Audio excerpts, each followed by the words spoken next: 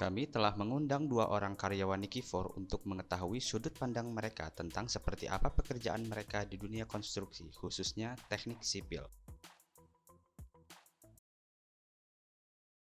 Perkenalan dulu ya.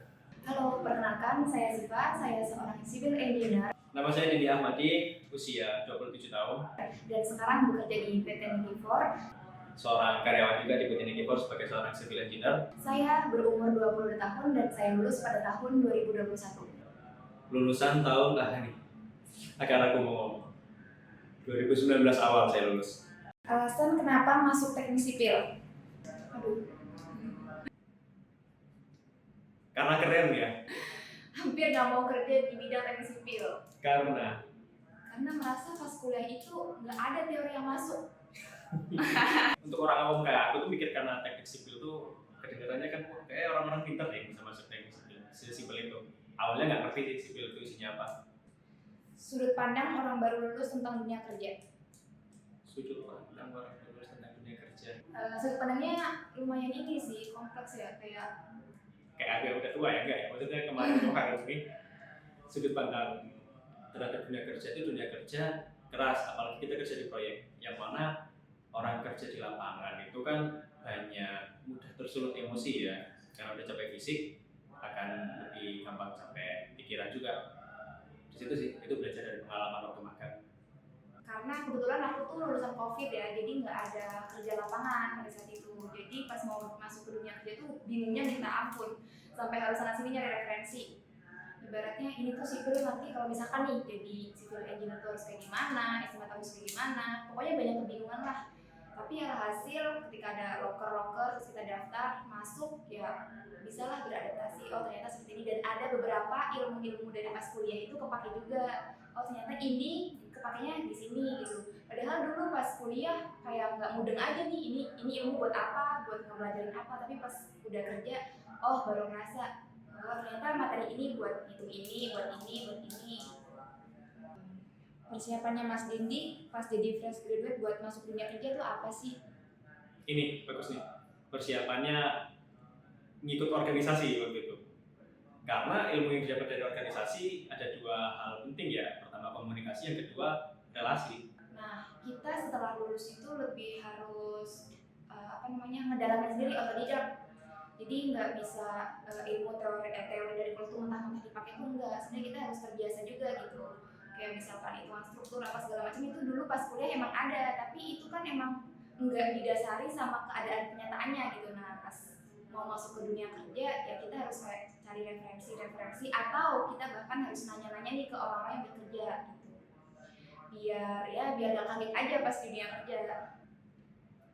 Terus ilmu-ilmu yang biasanya dipakai nih pas kuliah ke dunia kerja tuh apa aja?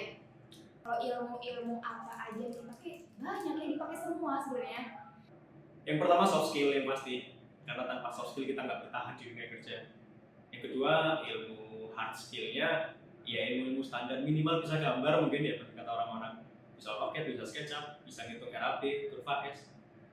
Tergantung kita milih kerjanya. Misalkan kita di dunia konstruksi gedung ya paling yang dipakai yaitu analisa struktur, gedung, statistik, matematika itu dipakai sih. Kalau misalnya kita mau masuk ke transportasi ya lalu lintas, transportasi itu dipakai. Ya, masuk aja Sama satu lagi mungkin di softwarenya juga harus dipersiapin. Mungkin kalau yang dulu kuliahnya itu nggak terlalu menguasai software, ya paling nggak pas setelah lulus boleh dipelajari karena itu bakal kepake banget kayak SAP, ETAP, AutoCAD, SketchUp itu ya harus dipersiapkan lah, minimal lulusan teknik sipil ya bisa gambar. Minimal itu sih, selebihnya nanti bisa ngikutin kok. Pertanyaan selanjutnya, dari 5 subbidang yang ada di teknik sipil, waktu kuliah kamu ngambil bidang yang apa? Dan ketika kerja apakah masih linear sama bidang kerja yang kamu ambil? Oh tentu tidak.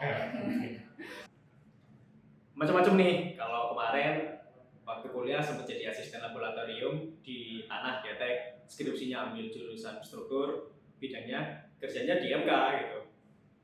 Jadi kalau ditanya yang mana, kayaknya semua dicobain deh. Karena kebetulan di kampus saya itu nggak ada penjurusan ya, jadi saya mempelajari semuanya, tapi kebetulan pas skripsi karena dari semua judul yang saya ajukan ditolak dan yang diterima lalu lintas. Jadi mau nggak mau aku harus mendalamin lalu lintas. Nggak lalu lintas sih, ya gabungan lalu lintas sama geometrik, satu linear. Nah tapi pas kerja nggak linear, saya di estimator, jadi ya melenceng sedikit lah, tapi nggak apa-apa sih, masih bisa terhandle lah. Cara menanggulangi ketika dapat kerjaan yang tidak sesuai dengan bidang yang kamu ambil itu tadi gimana? Gimana ya? Gampang, susah. Kamu kalau susah ya, oke lanjutkan. Pertama lihat Mbak Google. Ada di internet, ada di YouTube, ada di sosial media. Sekarang kan banyak platform-platform yang ada tips-tips, terus cara-cara itu kita tergantung kitanya mau atau enggak. Kalau enggak, yang lebih gampang yang kita tanya temen yang udah pernah kerja gitu. Jadi kalau kita nggak ngerti, kita tinggal tanya senior. Simpel sih. Sejauh ini semua teratasi dengan itu. Ini pertanyaan berikutnya. Perlu nggak sih legalitas keahlian di dalam pekerjaan itu? Maksudnya yang dimaksud di sini itu ya sertifikasi SKK ya kalau zaman sekarang. Perlu nggak kita punya sertifikasi? Kalau menurut aku perlu. Cuman kan kalau buat fresh graduate kayak masih susah ya buat bikin kayak gitu karena kita terhalang sama pengalaman. Jadi ya perlu-perlu aja. Sebenarnya enggak. Tujuannya legalitas itu kan menunjukkan kalau kita sebenarnya untuk itu ya untuk benar untuk legal aja, perusahaan butuh itu untuk ngurusin administrasi mereka. Kalau untuk pribadi sih kayaknya lebih penting ilmunya ketimbang itu. Kalau menurut aku nih, sorry to say. Gimana cara kamu beradaptasi sama lingkungan kerja yang baru? Cara beradaptasi lebih ke, kan aku fresh graduate, jadi lebih ke menyelam aja dulu sih. Sama juga menyelami dulu, kita ngikutin alurnya perusahaan seperti apa, sistemnya berjalan kayak gimana. Kita pahami dulu nih dari lingkungan kerja itu kayak gimana. Kalau udah tahu ya kita harus menyesuaikan. Karena kalau terlalu memaksakan ideologi kita juga kadang nggak cocok.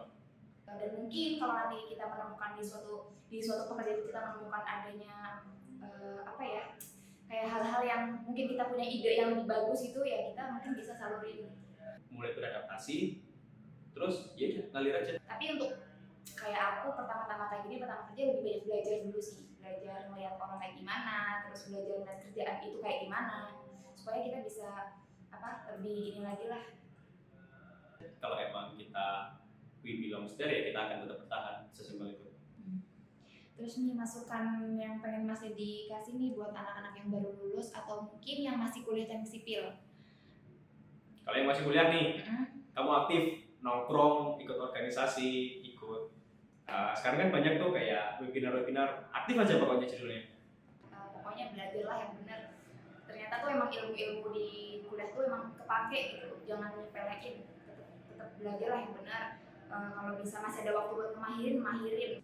Ya kalau yang udah lulus, tetap semangat cari kerja. Semangat aja buat yang belum dapat kerja dan lagi mempersiapkan kerja, tetap asah skillnya. Perbaiki silaturahmi sama teman-temannya juga. Informasi sekarang udah banyak dan fokus sama bidang yang ingin kamu geluti, karena nanti kalau nggak fokus ya akan kemana-mana. Terus juga jangan mundur cuma gara-gara itu ada orang dalam lah, apalah gitu. Karena jujur nih buat nyari pekerjaan di dunia teknik sipil tuh emang lumayan nggak susah sih.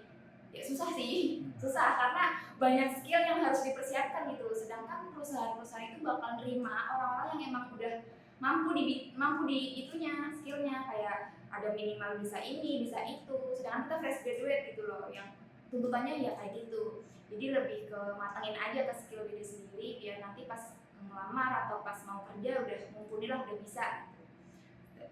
Pada saat dikasih kerjaan ya udah bisa gitu. Itu sih. Thank you. Keren.